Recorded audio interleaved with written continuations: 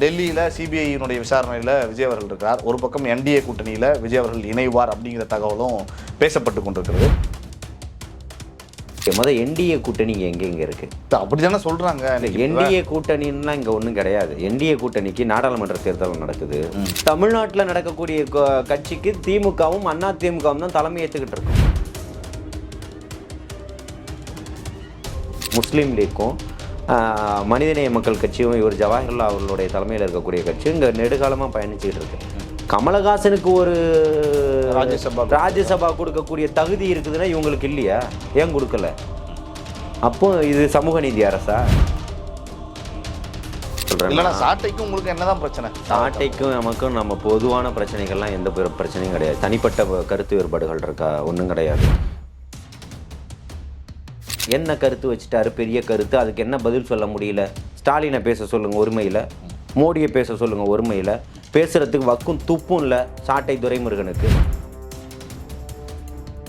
நான் கேட்டால் என்னுடைய தம்பிகளும் அன்னைக்கு அடிச்சிருக்கணும்.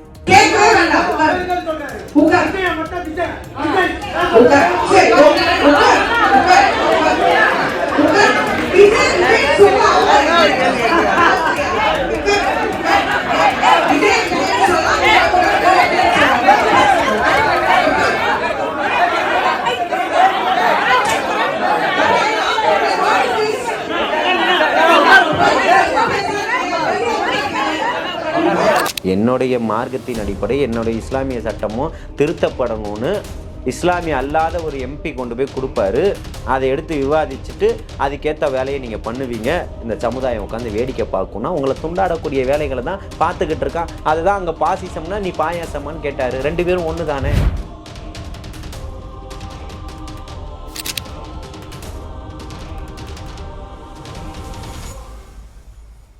ஜாம்பவான் நேயர்களுக்கு பிரபாகரனின் அன்பு வணக்கம். இன்றைய அரசியல் அரங்கம் நிகழ்ச்சியில் நம்மோடு இணைந்திருக்கக்கூடிய சிறப்பு விருந்தினர் தாவேக ஆதரவாளர் திரு ஜலீல் அவர்கள். வணக்கம்ண்ணா. வாழ்த்துக்கள். சிபிஐ அழைத்திருக்கிறது தாவேகனுடைய தலைவர் விஜய் அவர்களை கரூர் சம்பவம் குறித்து. இதுக்கு ஒரு முற்றுப்புள்ளியே இல்லாமல் தான் போய்கிட்டு இருக்கு.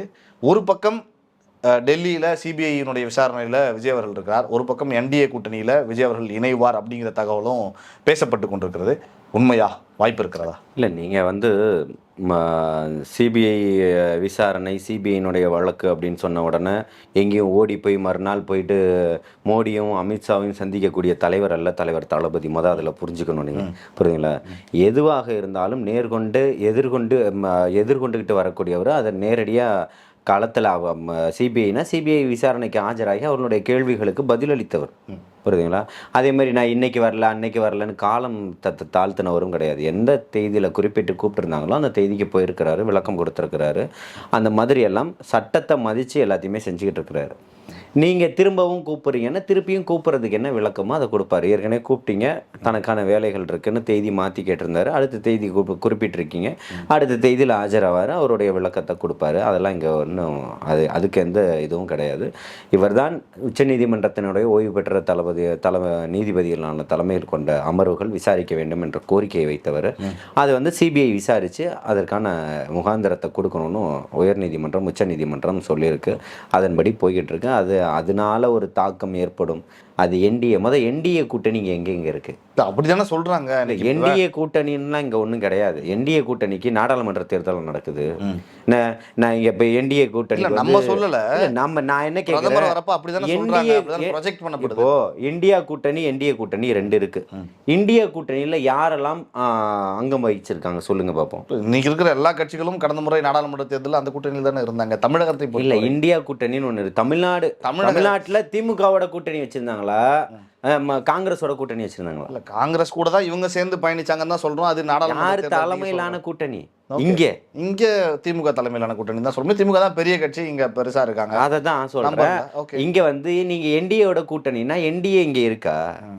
என்டிஏக்கு என்ன இருக்கு? என்டிஏவோட அதிமுக கூட்டணியில இருந்து இருக்கலாம். புரியுதுங்களா? இங்க அது இப்பந்தான் நாடாளுமன்ற தேர்தலெல்லாம் இல்லை. நீங்க பேசுறத பார்த்தா அந்த அதிமுகவோடு கூட்டணி செல்லக்கூடிய வாய்ப்பு தாவேக்காக்கு இருக்கு அப்படிங்கிற மாதிரி. நான் திருப்பியும் ஒரே ஒரு விஷயத்தை பதிவு செய்கிறேன். நான் அதாவது என்டிஏன்றது சேர்ந்தாலும் சேரலனாலும் இதுக்கான விளக்கம் அதுதான். ஓகே, என்டிஏ இங்க இருக்கா? இல்லை. என்டிஏவோட கூட்டணின்றது ஒரு நாடாளுமன்ற ஒன்றியத்தை ஒருங்கிணைக்கக்கூடிய ஒரு கூட்டணி. இது தமிழ்நாட்டில் நடக்கக்கூடிய கட்சிக்கு திமுகவும் அண்ணா திமுகவும் தான் தலைமை ஏற்றுக்கிட்டு இருக்கோம். இங்கே தம்பி விஜய் அவர்கள் வந்துட்டு அவரோட நான் கூட்டணி வைப்பேன்னு சீமான் பேசினார். தன்னுடைய கொள்கையே வந்து தனிச்சு நிற்கிறது தான் சொன்னார். கொள்கையை விட்டு கொடுத்துட்டு வந்தாரா இல்லையா? தம்பியோட கூட்டணி வைப்பேன்னு சொன்னாரா இல்லையா? புரியுதுங்களா? ஆட்சியிலும் அதிகாரத்திலும் வரக்கூடியவர்களுக்கு பங்கு தருவேன்னு ஒரு கட்சி சொன்ன கட்சி எந்த கட்சி? தமிழ்நாட்டில், தமிழகத்தினுடைய வரலாற்றில் தாவேகா மட்டும்தான். புரியுதுங்களா? அப்படி அவருடைய கட்சிக்கு ஒரு நிலைப்பாடு இருக்குது. என்டிஏ கூட்டணினா அது ஒன்றியத்தில் பேசப்பட வேண்டிய கூட்டணி. தமிழ்நாட்டில் அதிமுகவினுடைய தலைமையிலான கூட்டணி தான். இங்கே வந்து இந்தியா கூட்டணி அப்படின்னு சொன்னால் அது ஒன்றியத்தில் பேசக்கூடிய ஒரு பேச்சு. இங்கே பேசக்கூடிய பேச்சு திமுகவினுடைய தலைமையிலான கூட்டணியை தான் பேச முடியும். புரியுதுங்களா? இதுதான் இங்கே இருக்கக்கூடிய கூட்டணியினை பற்றின ஒரு தெளிவை தவிர அதுக்கு தாவேகா போயிடும்ன்ற எந்த முகாந்திரமும் இல்லை. புரியுதுங்களா? எந்த அறிவிப்பும் கிடையாது. அவர்களோட போய் சேர்ந்து தான் தேர்தலை எதிர்கொள்ளணுன்றதெல்லாம் கிடையாது. அவர்களுக்கு நாங்கள் தேவைப்படலாம், எங்களுக்கு யாரும் தேவை கிடையாது. தாவேகா வந்து மற்ற கட்சிகளுக்கு தேவைப்படலாம். ஓகே. காங்கிரஸ் யாரை வச்சு இன்னைக்கு அவங்களுடைய கேமை மாற்றிருக்கிறாங்க? வைகோவுக்கு கொடுக்கப்பட்ட 6 தொகுதிகளில் 2 பிடுங்கிட்டாங்க. 4 தான். விடுதலை சிறுத்தைகளுக்கும் அதே ஒரு சூழல் ஏற்பட்டிருக்கும். அவங்க வந்து நெருக்கடி கொடுத்ததனுடைய காரணமாக இன்னைக்கு வரைக்கும் அவங்களுக்கான நெருக்கடி தொடர்ந்துக்கிட்டு தான் இருக்குது. நேற்று வந்த தேசிய முற்போக்கு திராவிட கட்சிக்கு வந்து 6 தொகுதிகள் கொடுப்பீங்க, ராஜ்யசபா எம்பியை கொடுப்பீங்க, இத்தனை ஆண்டுகள் உங்களோடவே பயணிச்சுக்கிட்டு இருக்கோம், எங்களுக்கு வந்து நீங்கள் 6 தொகுதியிலேருந்து அதையும் கை வச்சு இப்போ வந்து 8 தொகுதி ஆக்கிறீங்க, எங்களுக்கு இரட்டை இலக்க எண்களில் சீட்டு வேணும், ராஜ்யசபா எம்பி வேணும்னு அவங்க அழுத்தம் கொடுத்துக்கிட்டு இருக்கிறாங்க. ஓகே, புரியுதுங்களா? அவங்க சைட்லேருந்து நெருக்கடிகள் தொடர்ச்சியாக நடந்துக்கிட்டு தான் இருக்குது. இவங்க வந்து மாநாடு நடத்தினாங்க. மனிதநேய மக்கள் கட்சி இஸ்லாமியர்களுடைய மிகப்பெரிய பிரதித்துவம் வாய்ந்த இயக்கம் நாங்கள் தான், கட்சி நாங்கள் தான் சொன்னாங்க. எங்களுக்கு வந்து 5 தொகுதிகள் வேணும்னு சொன்னாங்க. பொதுக்குழுவில் தீர்மானம் நிறைவேற்றினாங்க. எல்லா வேலைகளும் பண்ணாங்க. அதுக்கப்புறமா வந்து பேச்சுவார்த்தை நடந்துக்கிட்டு இருக்கு. இது முதல் கட்ட பேச்சுவார்த்தை தான். எங்களுக்கு வந்து 5 தொகுதி தான் கண்டிப்பாக வேணும்னு சொன்னாங்க. கடைசியில் 2 தான். அதுவும் திமுக சின்னத்தில் தான். புரியுதுங்களா? அதே போல் தான் நேற்று வந்த மக்கள் நீதி மையத்துக்கு ஒரு இது கொடுக்க முடியுது. ஆனால் இந்த இத்தனை கட்சிகளும் இங்கே ரொம்ப காலமாக பயணிச்சுக்கிட்டு இருக்கு. இந்த முஸ்லீம் லீக்கும் மனிதநேய மக்கள் கட்சியும் இவர் ஜவாஹர்லால் அவர்களுடைய தலைமையில் இருக்கக்கூடிய கட்சி இங்கே நெடுகாலமாக பயணிச்சுக்கிட்டு இருக்கு. கமலஹாசனுக்கு ஒரு ராஜ்யசபா கொடுக்கக்கூடிய தகுதி இருக்குதுன்னா இவங்களுக்கு இல்லையா? ஏன் கொடுக்கல? அப்போ இது சமூக நீதி அரசா? கேட்கணும். அவங்களே சம்பந்தப்பட்டவங்களே. நான் பேசுவேன் இல்லை, எனக்கு ஜனநாயக உரிமை இருக்குல்ல, நான் சிறுபான்மை இதை சார்ந்தவன் தானே. அப்ப எனக்கு அந்த வலியும் வேதனையும் இருக்குல்ல. அப்ப என் தலைவர்கள் பொய் சொல்லிக்கிட்டு இருக்கிறாங்க, ஏமாந்துகிட்டு இருக்கிறாங்கன்ற ஏமாறல, ஏமாத்துறாங்கன்னு தெரிஞ்சுதான் இவங்க உட்கார்ந்துகிட்டு இருக்கிறாங்க. அப்ப இவர்களுக்கான சீட்டை தான் நீங்க பேசிட்டு இருக்கீங்களே தவிர்த்து சமுதாயத்துக்கான ஒரு விடியலை நீங்க தேடல, சமுதாயத்துக்கான ஒரு நிலை என்னன்ற நிலைப்பாட்டை நீங்க எடுக்கல. இதுதான் இப்படி பார்க்கணும். அதனால தான் சிறுபான்மை மக்கள் உங்கள் மீது கோபமாக இருக்கிறாங்க, அண்ணன் மீது நம்பிக்கை கொண்டவர்களாக இருக்கிறாங்கன்றதை சொல்கிறோம். பல விஷயங்கள் நம்ம பேசிக்கிட்டு இருந்தாலும் ஒரு பக்கம் தாவேகா தரப்புல மேடைகளில் நிறைய விவாதங்கள் நடக்குது. இப்போ தேர்தல் நெருங்குறதுனால ஓப்பன் விவாதங்கள் நடக்குது. சில இண்டோரில் எல்லா கட்சி சார்பிலும் பிரதிநிதிகள் வந்து கலந்துக்கிறாங்க. அப்படிலாம் நடக்கிறப்ப சமீபத்தில் சாட்டை துரைமுருகன் கலந்து பேசுகிறப்ப அவரை தாவேகாவினர் தாக்க வந்தாங்க. மேடையில் பேசிக்கிட்டு இருக்கப்போ அவரை தாக்க முற்பட்டாங்க. எங்கள் தலைவரை ஒருமையில் பேசுகிறீங்க, இப்படியெல்லாம் பேசுறீங்கன்னாங்க, நீங்கள் வெளியே வா பார்த்துக்கலாம் அப்படின்னு ஆட்களை கூப்பிட்டு வந்தாங்க அப்படின்லாம் சொன்னது அந்த நிகழ்ச்சியும் பார்க்க முடியுது. மதிவானன் நினைக்கிறேன், சிக்கி மதிவானன் சார் பேசுகிறப்ப தான் இந்த சம்பவம் நடந்ததுன்னு சொல்லுவாங்க. என்ன நடந்தது மேடையில்? இல்லை, நான் என்ன சொல்கிறேன், இல்லைனா சாட்டைக்கும் உங்களுக்கு என்னதான் பிரச்சனை? சாட்டைக்கும் நமக்கும் நம்ம பொதுவான பிரச்சனைகள்லாம் எந்த பிரச்சனையும் கிடையாது. தனிப்பட்ட கருத்து வேறுபாடுகள் இருக்கா? ஒன்றும் கிடையாது. உங்களுடைய கருத்தியல் ரீதியாக நீங்கள் யாரை எதிர்க்கிறீங்க, யார்கிட்ட தர்க்கம் பண்ணணுன்ற ஒரு இது இருக்குது. 14 ஆண்டுகள் நான் என்ன கேட்குறேன், இந்த 2 வருஷத்தை விட்டுருங்க, இந்த 13 வருஷம் நீங்கள் யாரை எதிர்த்து அரசியல் பண்ணிட்டு இருந்தீங்க? இன்னைக்கு 2 ஆண்டுகள், இந்த 15 ஆண்டுகள், இந்த 2 ஆண்டுகள் வந்து தாவேக்கான்னு பேசிக்கிட்டு இருக்குன்னா நீங்கள் காசு வாங்கின இடத்துக்கு விசுவாசமாக பேசிக்கிட்டு இருக்கிறீங்க. திமுகவுக்கிட்ட நீங்கள் வாங்கினது வெளிப்படையாக எல்லாருக்குமே தெரியுது. அது விவாதங்கள்லையுமே நடந்துருச்சு. அண்ணன் ஜெகதீச பாண்டியனை ஏகப்பட்ட உங்கள் மீது குற்றச்சாட்டுகளை நாம் தமிழர் மீது வச்சார். புரியுதுங்களா? இவர் சாட்டை துறை மீது அன்னைக்கு என்ன கண்டென்ட்டோ அதுக்கேற்ற மாதிரி பேசுவார். பார்ப்பனிய கடப்பாறைக்கு ஒரு விளக்கம் கொடுப்பார். இதுக்கெல்லாம் மாற்றி மாற்றி பேசிக்கிட்டு இருக்கக்கூடிய நிலைப்பாடை தான் சகோதரர் தொடர்ச்சியாக செஞ்சுக்கிட்டு இருக்கிறார். நான் என்னென்னா, நீங்கள் வந்து பேசக்கூடிய, நீங்கள் கை நீட்டிய தலைமையை குளிர்விப்பதற்காக நீங்கள் ஒரு வேலையை பண்ணிகிட்டு இருக்கிறீங்க. இங்கே அறிவால் எல்லாருமே சிந்தனையோட பெரியாருடைய கொள்கையும் அண்ணல் அம்பேத்கர் வகுத்து கொடுத்த அரசியல் சாசன சட்டத்தையும் தலைவர் தளபதி அவர்கள் சொல்லி தந்திருக்கிறாரு. இன்றைக்கி அறிவார்ந்த சமூகமாக தான் தலைவர் தளபதியினுடைய சமூகம் இருக்குது.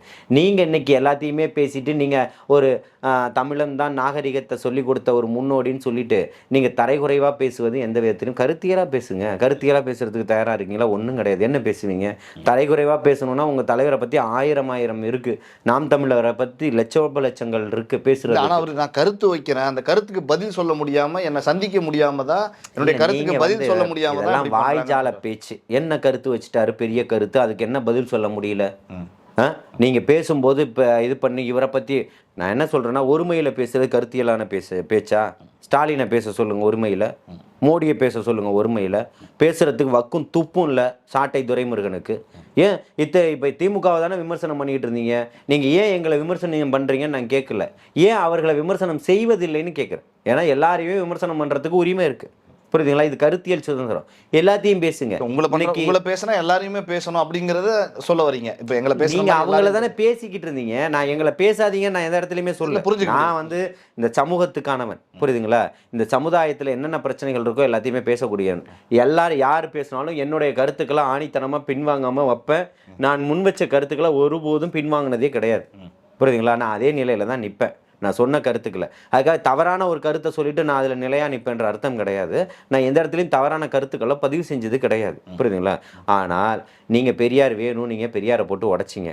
விஜயகாந்த் வேணும்னு கொண்டாடிங்க, விஜயகாந்தை போட்டு உடச்சிங்க. அண்ணாவை எடுத்து கொண்டாடிங்க, திருப்பி போட்டு உடச்சிங்க.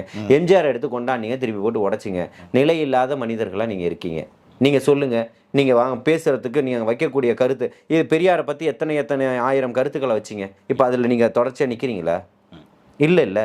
நீங்கள் சொன்ன வார்த்தைகள்லே உங்களால் நிலையாக நிற்க முடியலன்னா நீங்கள் வந்து இப்போ நீங்கள் எப்படி கருத்தியெல்லாம் நீங்கள் பேசுகிறீங்கன்றது ஏற்றுக்க முடியும். பொய்யையும் புரட்டையும் நீங்கள் சொல்லுங்கள். ஆமாவோட போட்டு ஒருத்தர் மிதந்து வர முடியுன்றதை நீங்கள் கருத்தியெல்லாம் நீங்கள் ஏற்றுக்கிறீங்களா? அறிவார்ந்த சமூகமாக சொல்லுங்கள். நெறியாளராக பாருங்கள். ஒரு சாதாரண ஒரு பொது வெகுஜன மக்களாக நீங்கள் சொல்லுங்கள். ஆமை ஓட்டை ஒருத்தன் போட்டு அதில் உட்காந்துக்கிட்டு பரிசல் மாதிரி வர முடியுமா? காமெடியாக இருக்கா இல்லையா? மான் ஊர்காயில் ஒரு மனித இனத்தை காக்கணும், தன்னுடைய இனத்தை காக்கணும்னு போராடக்கூடிய ஒரு போராளியை சட்னியை நான் எத்தனை தடவை தொட்டு நக்குனேன்னு ஒருத்தரை விட்டு எழுத சொன்னார் அப்படின்னு சொன்னால் அவரை பார்த்து எவ்வளோ ஒரு கீழ்த்தனமான ஒரு விஷயத்தை இவர் இவர் என்ன அவ்வளோ பெரிய தேசிய தலைவராக இவர்? ஆண்டன் பாலசிங்கத்துக்கு கொடுக்காத ஒரு முன்னுரிமை இவருக்கு கொடுத்துட்டாரா? வைகோ கிட்ட பேசுறதுக்கு மாத கணக்கான விஷயங்கள் இருக்குது. ஒத்துக்கிறீங்களா இல்லையா? கொளத்தூர் மணியன்ட்ட இல்லையா பேசுறதுக்கு? ராமகிருஷ்ணன்ட்ட இல்லையா பேசுறதுக்கு? அண்ணன் வன்னியரசு கிட்ட இல்லையா பேசுறதுக்கு? இவரை தான் PK 47 கொடுத்தாராம், சுட்ட வச்சாராம். இவருக்குன்னு தனியாக அண்ணன் பொட்டண்ணன் வந்து இட்லி அவிச்சு அதுக்குள்ளே ஆமை குஞ்சு பிரபா, நீங்கள் சொன்ன அத்தனையுமே ஈழத்தை பற்றி சொன்னது அத்தனையுமே புழுகு மூட்டைகள். இதை பற்றி பேசுவாரா சாட்டை? இதை பற்றி விவாதிப்பாரா? ஒரு பெண்ணியை பற்றியான கருத்தியலை உங்கள் தலைவர் எப்படி பொதுவெளியில் முன் வச்சார்? இந்த சோளக்காட்டில் கொண்டு போய் கெடுத்துட்டேனான்னு கேட்டார். எப்படியா ஒரு கருத்தியலை பேச முடியும் உங்களால்? அப்போது ஜனநாயகம் கருதி உங்களுடைய சொந்த விஷயங்களை நாங்கள் பேசுனது கிடையாது. புரியுதுங்களா? கருத்தியலை இன்னைக்கு பேசுகிறோன்ற பேரில் ஒரு தனி மனிதனுடைய தாக்குதல் நீங்கள் பண்ணுவீங்க அப்படின்னா அதையெல்லாம் வேடிக்கை பார்த்துக்கிட்டு போகிறதுக்கு தாவேகக்காரன்லாம் சும்மா இருக்க மாட்டான். புரியுதுங்களா? நான் கேட்டால் என்னுடைய தம்பிகளும் அன்னைக்கு அடிச்சிருக்கணும். புரியுதுங்களா? ஆனால் அதை ஊக்குவிப்பதாக இருக்கும். நம்ம கருத்தியெல்லாம் எதிர்கொள்கிறதுக்கு தான் தயாராக இருக்கும். தொடர்ச்சியாக இதே மாதிரி ஏதோ ஒரு இடத்துல அடிச்சிட்டானா என்ன பண்ணுவீங்க? இதை வச்சு அரசியல் தான் பண்ண முடியும். ஓகே. ஏன் உங்கள் தலைவர் மேடையில் பேசிக்கிட்டே இருக்கும்போது இறங்கி வந்து ஒரு பொதுஜன மக்களை என்ன பேசிட போகிறான்? கருத்தியலாக தானே பேச போகிறான். அவனுக்கு சரின்னு பட்டதான் பேசுகிறான். அவனை மூஞ்சிலேயே குத்தலையே உங்கள் தலைவர். நீங்கள் பேசிக்கிட்டே இருக்கும்போது உங்கள் தலைவர்கிட்ட ஒருத்தவங்க ஓடி வந்து கட்டி பிடிச்சி செல்ஃபி தானே எடுக்கணும்னு கேட்டான். வேற ஒன்றும் கேட்கலல்ல. ஓகே. அவனை என்ன வார்த்தை சொல்லி திட்டினாரு? அன்பார்லிமெண்ட் வேர்டு, பேசவே கூடாத ஒரு வார்த்தை சொல்லி பேசினாரா இல்லையா? அங்கே எத்தனை 100 பெண்கள் இருந்தாங்க, எவ்வளவு ஆண்கள் இருந்தாங்க. பொதுவெளியில் ஒரு மேடையில் பேசக்கூடியவர்கள், மேடை நாகரிகம் கூட தெரியாமல் உங்கள் தலைவர் பேசுகிறாருன்னா உங்கள் தலைவனுக்கும் இல்லை நாகரிகம், உனக்கும் இல்லை நாகரிகம். நீங்கள் வந்து பேசுகிறீங்களான்னு கேட்குறேன். அப்போது இந்த நிகழ்வை ஏற்பாடு செஞ்சு நடத்தக்கூடிய ஊடகங்கள் அதை நெறிப்படுத்தணும். அதுக்கு தான் நெறியாளர்னு ஒருத்தர் இருக்கிறார். அவர் நெறிப்படுத்தி இந்த மாதிரி நீங்கள் பேசுவது தப்புன்னு கண்டனத்தை பதிவு செய்யணும். ஒருத்தனை ஒரு இடத்துல பேச விட்டு வேடிக்கை பார்க்குதுன்னா அப்போ ஊடகம் அதை அனுமதிக்குதுன்னு தானே அர்த்தம். இன்னைக்கு திமுக கிட்ட விலை போயிடுச்சுன்னு தானே அர்த்தம். எந்த ஊடகங்கள் எத்தனை விஷயங்களை பேசுது? இன்னைக்கு என்னுடைய தங்கை வந்து 12ஆம் வகுப்பு படிக்கக்கூடிய தங்கை வந்து வன்புணர்வு செய்யப்பட்டு புதர்ல வந்து இடத்துல அவளுடைய உடல் கடக்குது. இதை பேசுமா இந்த ஊடகங்கள்? இதை எடுத்து விவாதிக்குமா? இதுக்கு நேரம் இல்லையா பேசுவதற்கு? பேசணுமா இல்லையா? கட்டாயமா பேச. சட்டம் ஒழுங்கு சீரா இருக்குன்னு இன்னைக்கு எப்பேற்பட்ட இந்த உயர் காவல்துறையினுடைய அதிகாரிகள் உட்கார்ந்துக்கிட்டு விவாதம் நடத்துறாங்க. இதான் உங்களுக்கு வேலை. சிறப்பா இருக்கு. அதனாலதான் இந்த ஆட்சியில முன் வந்து தைரியமா வந்து வழக்கு கொடுக்குறாங்க. அதனாலதான் இவ்வளவு குற்ற வழக்குகள் அதிகம். நீங்க திமுக அடிக்கிறீங்களான்னு அப்படிங்கிறாங்க. நீங்க திமுகவுக்கு சொம்பு தூக்குறீங்களா? சாட்டை துரைமுருகன் மாதிரி இந்த செந்தில்னு சொல்லக்கூடிய அண்டா மாதிரி நீங்களும் மாறிட்டீங்களா? காவல்துறை சட்டம் ஒழுங்கு சரியா இருக்குதுன்னா ஏன் அப்படி நடக்குது? ஏன் தொடர்ச்சியான பிரச்சனைகள் நடக்குது? எப்படிங்க ஊடுருவிக்கிட்டு இருக்குது? முந்தா நாள் அம்பத்தூர்ல சாக்லேட்ன்ற பேர்ல சாக்லேட் வடிவத்துல பேப்பர்ல ஒரு பெண்மணி வச்சுக்கிட்டு இருந்தது பிடிச்சிருக்கீங்களே. உங்களுடைய அமைச்சர் இங்க இல்லைன்னு சொல்றாரு. திண்டுக்கல்ல 2.25 கிலோ வச்சிருக்கீங்களே. தொடர்ச்சியாக பிடிபட்டுக்கிட்டு தானே இருக்குது தமிழ்நாட்டுல. இல்லைன்னு சொல்றீங்களா? ஆகாஷ்னு சொல்லக்கூடிய ஒரு சகோதரன் லாக்அப் டெத் ஆயிருக்கிறானே. நீங்க மூடி மறைச்சிருக்கீங்களே. சட்டம் ஒழுங்கை பாதுகாத்து கிழிச்சிருவேன்னு சொல்லக்கூடிய காவல்துறையினுடைய அதிகாரிகள் இன்னைக்கு உயர்நீதிமன்றம் அந்த வழக்கை எடுத்துக்கிட்டு சிபிசிஐடியினுடைய விசாரணைக்கு அதை பண்ணணும். அந்த காவல்துறையினரை வந்து குற்றவாளிகள் பெயரை சேர்க்கணும்னு சொல்லியிருக்குது. காவல்துறையை தொடர்ச்சியான இந்த மாதிரி அராஜகத்தில் ஈடுபட்டுக்கிட்டு இருக்குது. இதுக்கு வெக்கம், மானம், சூடு, சொர்ணம் எல்லாம் இல்லையா காவல்துறைக்குன்னு கேட்குறேன். காவல்துறை என்ன சட்டம் ஒழுங்கு பண்ணிடுச்சு? அன்னைக்கு ஃபெனிக்ஸ் ஜெயராஜினுடைய விஷயத்தில் என்ன பண்ணிச்சோ அதே மாதிரி தான் தம்பி அஜித்குமாரனுடைய மரணம். தலைவர் தளபதி அவர்களுடைய போராட்டத்துக்கு பிறகுதான் அதற்கு முன்னாடி நடந்த 24 கஸ்டோடியல் டெத்தை பற்றி நம்மளால பேச முடியுது. அப்போ எல்லாமே மூடி மறைக்கக்கூடிய சம்பவங்களாக தானே இருக்குது. இன்னைக்கு அஜித்குமார் தம்பியினுடைய வழக்குல அந்த நகையை பறி கொடுத்தவர்கள் இது வந்து தீர்ப்பான்னு கேட்கிறேன். இதுதான் சட்டம் ஒழுங்கான்னு கேட்கிறேன். அதாவது நகை தேடி கிடைக்கலையா, அதனால தொலைச்சவங்க அதுக்கு சம்பந்தப்பட்டு ஒத்துக்கிட்டாங்கன்னா கேஸை முடிச்சு வைப்பாங்களாம். எப்படி? சட்டத்துல அந்த மாதிரி இடம் இருக்கு, அதை அவங்க செய்யறாங்க. எத்தனை வருஷம் தேடிட்டீங்க? எத்தனை வருஷம் தேடிட்டீங்க? நாங்க தான் சொல்றோமே, அப்படிப்பட்ட நகையே தொலையல, அது முழுக்க முழுக்க நாடகம், தம்பி அடிச்சு கொன்னதுக்கு பதிலா இவங்க பண்றாங்கன்னு சொல்றோமே. ஒருத்தனுடைய உயிர் போயிடுச்சு. அப்ப நீங்க என்ன மாதிரி நாடகங்களை இங்க அரங்கேற்றிக்கிட்டு இருக்கிறீங்க? அப்படிதானே? இன்னைக்கு தம்பி ஆகாச நீங்க ஒரு சிறு வயது பையன் ஒரு அமைச்சர் எப்படி பேட்டி கொடுக்குறாரு? உடம்பு சரியில்லைன்னா செத்து தான் போவான். ஏன் உன் வீட்டில் ஒன்று நடந்தா பேசுவாரா? திருச்சி ராமஜெயமனுடைய வழக்குல இன்னைக்கு வரைக்கும் நேரு போராடிட்டு இருக்கிறாரு. ஏன் விட்டுட்டு போக வேண்டியதானே? இந்த வழக்குகளுக்கு ஏன் முக்கியத்துவம் கொடுத்துக்கிட்டு இருக்கிறீங்க? அப்ப என் தம்பி தங்கைனா உங்களுக்கு சாதாரணமா ஒரு நியாயம், மற்றவங்களுக்கு ஒரு நியாயமா? இதுக்கு பேர் சமூக நீதியான்னு கேட்கிறேன். திருச்சி ராமஜெயத்தினுடைய உயிர் எங்களோட இதெல்லாம் என்னன்னு தலைக்கு மேல இருக்கிறதான்னு கேட்கிறேன். அப்ப அதெல்லாம் பேசாத இந்த சமூக நீதி. இது என்ன சட்டம் ஒழுங்கா இருக்கு? அருண் பதில் சொல்லுவாரா? அதுக்கு நேத்து உட்கார்ந்து பேசின 3 காவல்துறையினுடைய உயர் அதிகாரிகளும் இதுக்கு பதில் சொல்லுவாங்களா? இன்னைக்கு வரைக்கும் தேடிக்கிட்டு இருக்கீங்களா இல்லையா ராமஜெயத்தினுடைய வழக்கை தோண்டி? ஏன் இதை மறுக்குது? இந்த நகையை ஏன் கண்டுபிடிக்க முடியல அஜித்குமாரனுடைய வழக்குல? அப்ப இந்த மடைமாற்றும் வேலையை தானே இந்த திமுக அரசு தொடர்ச்சியாக பண்ணிக்கிட்டு இருக்குது. அப்போ உங்களை வீட்டுக்கு அனுப்புறதுக்கு எப்பேற்பட்ட ஒரு சூழல்லையும் தலைவர் தளபதி அவர்கள் உங்களை திருப்பி அடிச்சுதான் ஆகணும்ன்ற ஒரு கட்டாயத்துக்கு ஆளாகிறாரா இல்லையா? இங்க சட்டம் ஒழுங்கெல்லாம் எதுவும் சீராலாம் இல்லை. ஒரு காவல்துறை இப்போ சீருடையிலேயே முழு போதையில் இங்கே இருக்க சென்னையினுடைய மையப்பகுதியில் ஒருத்தர் போயிட்டு தனியாக இருக்கிற ஒரு பொண்ணுகிட்ட வீட்டில் போயிட்டு தப்பாக நடக்க முயற்சி செய்கிறாரு. அவரை சஸ்பெண்ட் பண்ணுறீங்க. ஆனால் ஒருத்தர் தாடி வச்சிருந்தாருன்றதுக்காக ஒரு இஸ்லாமியர் தாடி வச்சிருக்கிறாரு தன்னுடைய மார்க்கத்தின் அடிப்படையில். அவரை வந்து நீங்கள் சஸ்பெண்ட் பண்ணிட்டீங்க. கடைசி வரைக்கும் அவன் இத்தனை ஆண்டுகளாக போராடிக்கிட்டு இருந்தான். அவனை வந்து சஸ்பெண்ட் பண்ணிட்டீங்க. ஏன் ஒரு சிங்க வேலையை விட்டு தூக்கிடுவீங்களா நீங்கள்? சிங்க டர்பன் கட்டாதன்னு சொல்ல முடியுமா? சிங்க தாடி வைக்காதன்னு சொல்ல முடியுமா? சிங்க குருவால் வச்சுக்காதன்னு சொல்ல முடியுமா உங்களால்? அப்போ அவங்களுக்கு ஒரு நியாயம், எங்களுக்கு ஒரு நியாயமா? அப்போ தொடர்ச்சி இந்த இஸ்லாமிய சமுதாயம் போராடிக்கிட்டே இருக்கணுமான்னு கேட்குறேன். இஸ்லாமியர்களை வஞ்சிப்பதற்காக ஏடிஎஸ் சட்டத்தை இந்த சமூக நீதி அரசு போட்டுக்கிட்டு இருக்குது.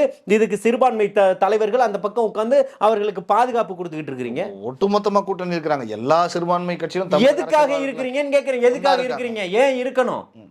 எங்களை வஞ்சிக்கிறதுக்கு, தீவிரவாதியாக கட்டமைக்கிறதுக்கு ஆன்டி டெரரிசம் செக்யூரிட்டின்ற ஒரு இதை கொண்டு வந்து போட்டு ஊப்பா சட்டத்துக்கு எப்படி என்ஐஏ எப்படி தீவிரவாதியாக கட்டமைச்சு இந்த ஒன்றிய அரசு எங்களை பழி வாங்குதோ அதே போல் இந்த ஆன்டி டெரரிசம் செக்யூரிட்டியை வச்சு நீங்கள் பண்ண போகிறீங்க. இதை வந்து மாநில அரசு கையாளுது, இதை கொண்டு வருது, ஒரு சட்டத்தை ஏற்றுது. இந்த கூட்டணியில் இருக்கக்கூடிய கட்சிகள் வாய் மூடி மௌனியாக இருக்குது. இதுக்கு பேர் சமுதாயத்தை பாதுகாக்கக்கூடிய வேலையை. இதுக்கு தான் திமுக சின்னத்திலே போட்டிடுறீங்க உங்களுடைய கொள்கையெல்லாம் வித்துட்டு. எல்லாம் ரொம்ப அராஜகமாக இல்லையா? அவன் அவன் அவன் அவன் அப்படிதான்றது எங்களுக்கு தெரியும். நீங்கள் சமுதாயத்தினுடைய அடையாளத்தை வச்சுக்கிட்டு சமுதாயத்தினுடைய பேரை சொல்லிக்கிட்டு சமுதாய மக்களை காட்டி நீங்கள் பண்ணுறது தான் எங்களுக்கு வலிக்குதுன்னு சொல்கிறேன். இத்தனை ஆண்டுகள் இந்த மக்கள் உங்களுக்காக உழைச்சிருக்கிறாங்க.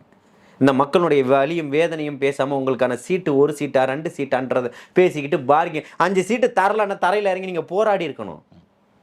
நாங்கள் இஸ்லாமியர்கள் ஒட்டுமொத்த பேர் நல்லா தான் இருக்கிறோன்னு இயக்குனர் அமீர் ஒரு பேட்டியில் கேட்டார்.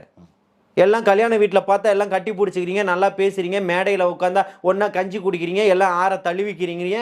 ஆனால் எங்கள் சிறுபான்மை சமூகம்னு வரும்போது தனித்தனியாக போய் எனக்கு 1 சீட்டு தான், எனக்கு 2 சீட்டுவான்னு போராடி வாங்கிக்கிட்டு இருக்கிறீங்க. இதுவா உங்களுடைய இஸ்லாமிய சமுதாயத்தை பாதுகாக்கக்கூடிய தலைவர்களான்னு கேட்டார். அதுக்கு முன்னாடியே நான் கேட்டுக்கிட்டு இருந்தேன் பல ஆண்டுகளா. எஸ்டிபிஐனுடைய நிலை என்ன, முஸ்லீம் லீக்கினுடைய நிலை என்ன? 3 சீட்டு இன்னைக்கு 2 சீட்டாக போயிடுச்சு. மனிதநேய மக்கள் கட்சியினுடைய நிலை 2 சீட்டாக போயிடுச்சு. மிகப்பெரிய மாற்று, பயத்திலிருந்து விடுதலை, பசியிலிருந்து விடுதலை. இந்த இருக்கக்கூடிய கட்சிகள் ஐயோ முஸ்லீம் லீக்குக்கு எதிராக மனிதநேய மக்கள் கட்சிக்கு எதிராக மிகப்பெரிய ஒரு கட்டமைப்போடு வந்தது social democratic party of India, SDPI. இன்னைக்கு 1 சீட்டா 2 சீட்டா? அது திமுக சின்னத்தில் பேசி பொருளாக போய்கிட்டு இருக்கு. கமலஹாசன் மாதிரி ஆயிட்டீங்களே நீங்களும். அவரு கூட இப்போதானே வந்தார். கமலஹாசனுக்கு ஒரு மாநிலங்களவை எம்பியை தர முடியும். கமலஹாசனுக்கு ஒரு மாநிலங்களவை எம்பியை தர முடியும். ஆனால் இந்த சமுதாயத்துக்கு தர முடியாது. வக்பு வாரிய திருத்த சட்டத்தை கொண்டு போய் ஒருத்தன் இதுதான் வேணும்னு கொடுப்பான். அவன் இஸ்லாமியனா இருக்க மாட்டான் அந்த எம்பி. ஆனால் அதை நாங்கள் கருத்தில் எடுத்துக்கணும். என்னுடைய மார்க்கத்தின் அடிப்படை என்னுடைய இஸ்லாமிய சட்டமும் திருத்தப்படணும்னு இஸ்லாமிய அல்லாத ஒரு எம்பி கொண்டு போய் கொடுப்பாரு. அதை எடுத்து விவாதிச்சுட்டு அதுக்கேற்ற வேலையை நீங்கள் பண்ணுவீங்க. இந்த சமுதாயம் உட்காந்து வேடிக்கை பார்க்கணும்னா உங்களை துண்டாடக்கூடிய வேலைகளை தான் பார்த்துக்கிட்டு இருக்கான். அதுதான் அங்கே பாசிசம்னா நீ பாயாசமானு கேட்டார். 2 பேரும் ஒன்று தானே. நீ எங்களை துண்டாடணும்னு தானே நினைக்கிற திமுக. அப்போது உன்னை எப்படி நாங்கள் உன்னை ஆதரிப்போம்? நீ எங்களுக்கு எதிரி தான்.